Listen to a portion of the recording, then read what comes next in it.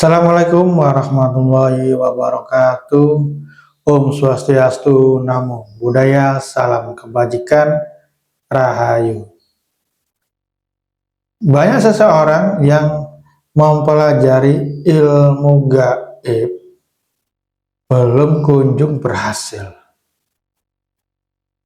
Langkah apa yang benar dan bagaimana cara yang benar supaya bisa melihat makhluk astral itu dengan cepat hitungan menit? Rata-rata orang itu menyamakan keilmuan. Semua keilmuan itu disamaratakan. Disamaratakan bagaimana? Jika mempelajari ilmu harus menggunakan doa dan mantra, harus lelaku, berpuasa, melek, dan ritual. Banyak seseorang yang menyamaratakan hal tersebut, sehingga saat kamu mempelajari ilmu gaib, mindsetmu udah terprovokasi yang mengakar bahwa kamu harus tahu doanya terlebih dahulu, harus tahu mantranya itu bagaimana, dan harus lelaku puasa, membaca doa dan mantra itu ribuan baru bisa. Nah, jika kamu udah termindset seperti itu, maka kamu belajar dimanapun, seluruh dunia, seujung dunia, jika tujuanmu hanya untuk melihat makhluk gaib atau ilmu gaib, nggak bakalan bisa. Ya, berbeda lagi jika kamu mempelajari ilmu keselamatan, ilmu kedikdayan, ilmu kejadukan, ilmu kesaktian. Nah, pasti ada mantranya, ada doanya, dan lelaku puasa melek. Nah, jika udah dilakukan hal tersebut, udah dibaca doanya, udah lelaku, nah ilmunya bisa diuji, bisa dipraktekkan. Nah, misalin kamu dipukul, nggak terasa apapun, ditembak senapan angin juga tidak merasa apapun, ditebas sama parang juga tidak terluka. Nah, itulah salah satunya pembuktian ilmu kadikdayan, ilmu kesaktian, ilmu kanuragan, ilmu kasar. Nah, berbeda lagi jika kamu ingin mempelajari ilmu gaib, ilmu yang halus, yang hanya membutuhkan ketenangan batin untuk mempelajarinya. Nah, berbeda konsepnya. Lebih sulit mana mempelajari ilmu kasar sama ilmu gaib? Tentunya lebih sulit ilmu gaib. Jika kita mempelajari ilmu kasar, kita datang ke guru spiritual, minta doanya, kemudian lelaku, baru diuji, selesai. Udah permanen, karena apa? Lelaku, mendarah daging, menyatu. Nah, jika kamu tidak kuat lelaku, ya minta diisi badanmu. Datang ke pelaku spiritual, tubuhmu diisi, diuji, selesai, udah jadi, kamu udah memiliki ilmu. Nah, itu kan sangat mudah. Nah, namun ada efek sampingnya. Efeknya bagaimana? Efeknya itu bukan pada raga kita. Efeknya itu adalah ilmunya ini tidak permanen. Nah, kenapa? Misalin, saat ini kamu suka lelaku, ya. Saat ini kamu suka berzikir, membaca. Saat ini kamu suka melakukan hal-hal pengisian, ya. Kemudian 1 tahun yang akan datang, 2 tahun yang akan datang. Nah, kamu udah jenuh, udah males melakukan lelaku puasa, udah males membaca, berzikir, udah tidak pernah melakukan pengisian badan. Nah, jika kamu ingin menggunakan ilmu itu, ingin membaca doanya dan mempraktekkan lagi supaya bisa diuji lagi kayak dulunya, pasti kamu harus lelaku terlebih dahulu. Harus dibaca dulu, harus puasa dulu, harus ritual dulu, harus lelaku dulu ya. Nah, setelah itu baru bisa dipraktekin lagi. Nah, itu artinya ilmunya tidak permanen. Apalagi yang hanya pengisian saja. Pasti ada jangka waktunya. Nah, setelah 3 tahun kemudian kamu ingin mempraktekkan, pasti perlu pengisian lagi. Nah, inilah perbedaannya ilmu kasar, ilmu kedikdayaan, ilmu kejadukan, ilmu kesaktian. Beda lagi dengan ilmu gaib. Kenapa kok saya bilang lebih sulit? Karena ilmu gaib ini mempelajarinya itu lengkap. Yang pertama, harus benar-benar paham pengetahuannya. Harus benar-benar tahu pengetahuannya. Nah, setelah udah paham pengetahuannya, baru mempraktekkannya. Nah, setelah mempraktekkannya, ya dipahami. Maksudnya dipahami apa? Dipahami terhadap raga kita. Saat kita melihat gaib itu, posisi raga kita itu gimana? Yang dialami raga kita itu bagaimana? Nah, itu semua dilakukan hanya menggunakan ilmu gaib. Jadi ilmu gaib itu memang arahnya lebih sulit. Namun jika kamu udah bisa, sekali bisa, permanen, selamanya bisa. Andai kata sekarang ini kamu mempelajari ilmu gaib, udah paham pengetahuannya, udah mempraktekkannya, udah bisa melihat makhluk gaib, udah bisa mengobati, kemudian kamu tidak melakukan hal seperti ini karena kamu memang jenuh, bosan dengan keilmuan, kamu tidak mempraktekkan 5 tahun.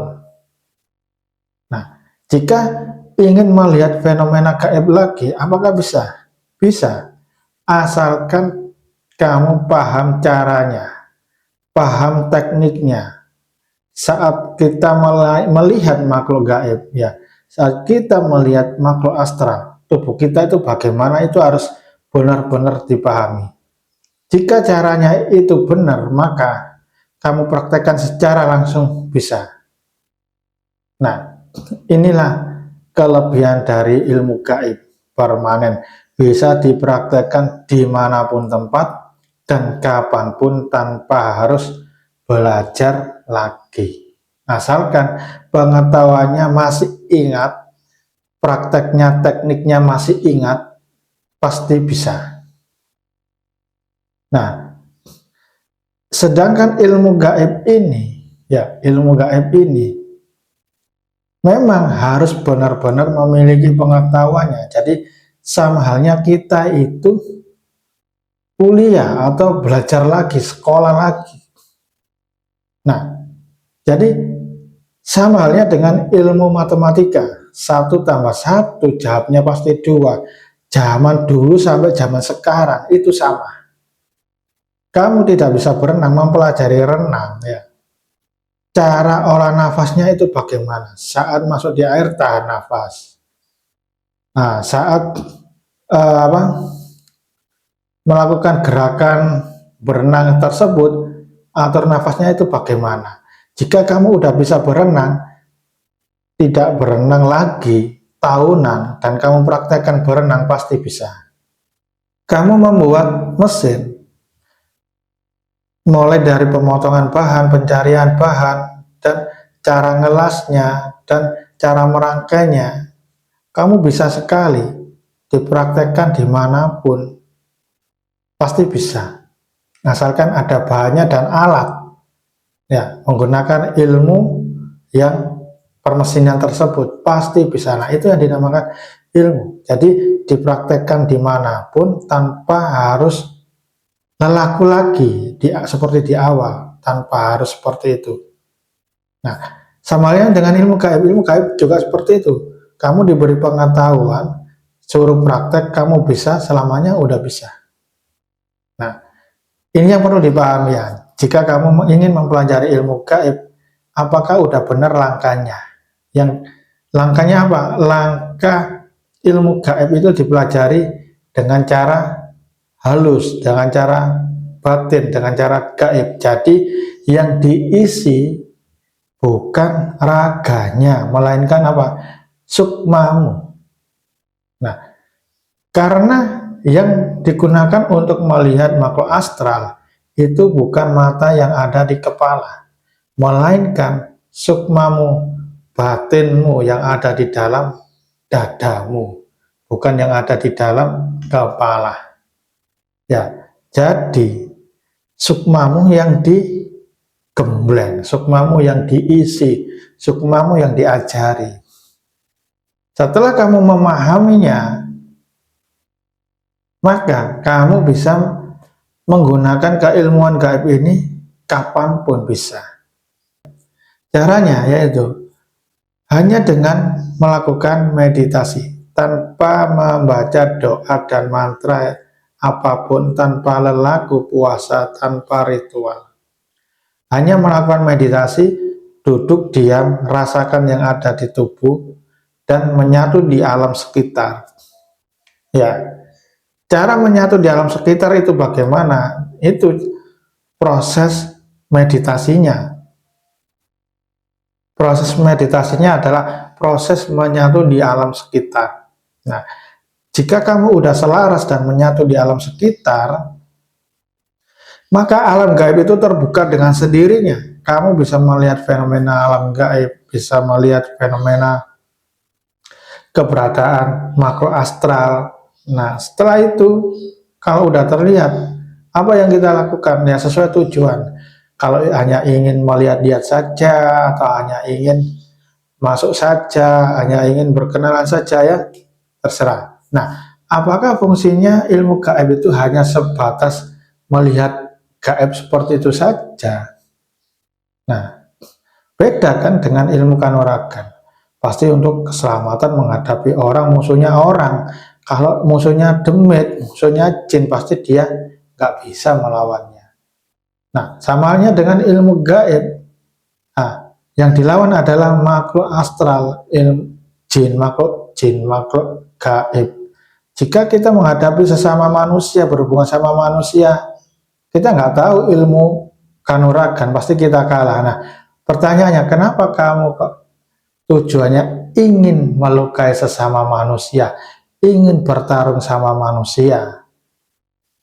Nah, mindset seperti itu buang jauh-jauh. Sesama manusia adalah saudara. Ya, jadi kita mempelajari ilmu yang lebih luas, ilmu gaib ya. Jadi untuk mengenal makhluk Allah yang gaib. Nah, jadi fungsinya apa? Fungsinya banyak sekali. Nah, di kehidupanmu kan kamu pasti mengalami yang dinamakan hidup yang pertama, yang kedua aktivitas, yang ketiga melakukan pekerjaan, ya, yang keempat refreshing. Nah, di kehidupanmu seperti itu ya, pasti mengalami 1000 hambatan dan 1000 permasalahan. Nah, jika tidak bisa diselesaikan, maka bisa diselesaikan dengan ilmu gaib. Misalkan kamu punya hutang, nah, uangmu dihutang sama orang, kemudian sulit menagihnya. Gunain ilmu gaib. Kamu kan bisa masuk di alam gaib, bisa melihat jin. Nah, jin itu suruh dampingimu untuk menagih hutang. Nah, pasti orang yang ditagih itu nanti membayar secara cepat.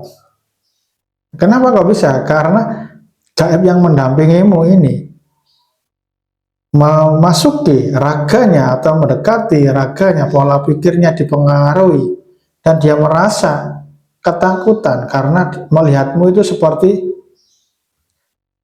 ada sesuatu berbeda, tidak biasanya.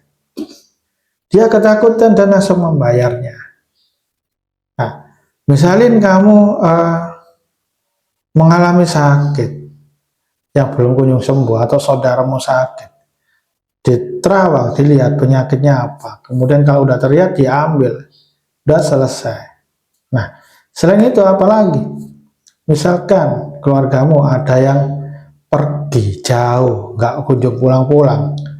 Nah, gunain ilmumu itu gunakan ilmu gaibmu itu. Nah, terawang keberadaannya dia di mana, sukmanya ada di mana, tarik sukmanya, ikat di rumah. Pasti dia pulang ke rumah. Ya, saat mendung mau hujan, bagaimana cara nerang hujan? Nah, gunakan ilmu gaibmu itu ya. Kamu kan bisa mengaktifkan sukma, bisa melihat gaib, bisa menembus alam gaib. Nah, pandang ke langit. Nah, pandang ke langit. Langit itu diajak interaksi. Mendung, saat ini saya mau berpergian.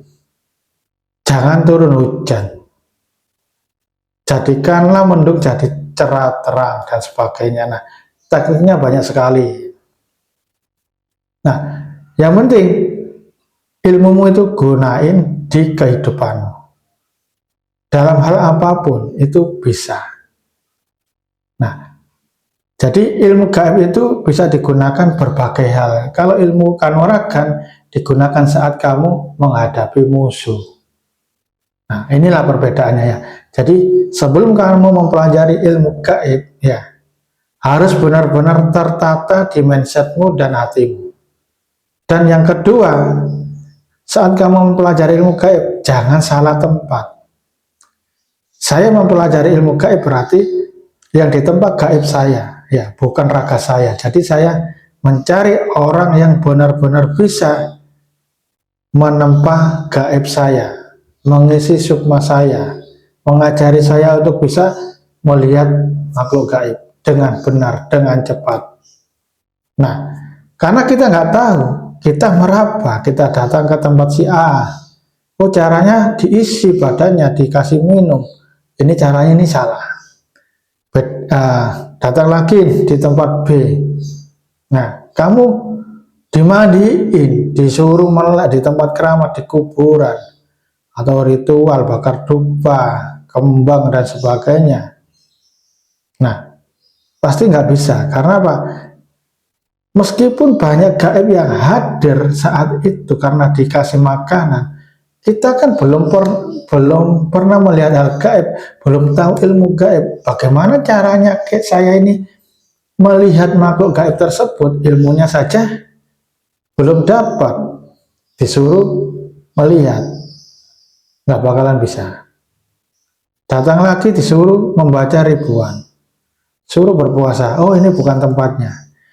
Nah, kemudian datang lagi di suatu tempat, kamu hanya disuruh duduk diam saja, oh ini berarti yang benar. Karena ilmu gaib itu diajari dengan cara mengaktifkan sukma, bukan raga. Ya, nah sukma kita supaya bisa aktif juga ada pengetahuannya. Jadi tidak anggar kamu duduk diam, tidak seperti itu. Sebelum kamu disuruh duduk diam, kamu itu diberi pengetahuannya terlebih dahulu. Nah, unsur jin itu apa saja, unsur manusia itu apa saja, batasannya jin itu apa saja, yang dinamakan kodrat itu apa. Nah, jika itu kamu udah memahaminya, kemudian disuruh duduk diam dan mempraktekkan, nah itu yang benar, baru kamu bisa mempraktekkan untuk melihat makhluk gaib. Ya, ini adalah pengetahuan dasar dan mindset utama jika kamu masih bisa melihat fenomena gaib makhluk astral, ya, pahami pengetahuan ini terlebih dahulu sebelum melangkah. Jika kamu sudah benar paham, selanjutnya tentukan pilihan. Carilah seorang spiritual yang benar-benar memahami ilmu gaib. Assalamualaikum warahmatullahi wabarakatuh.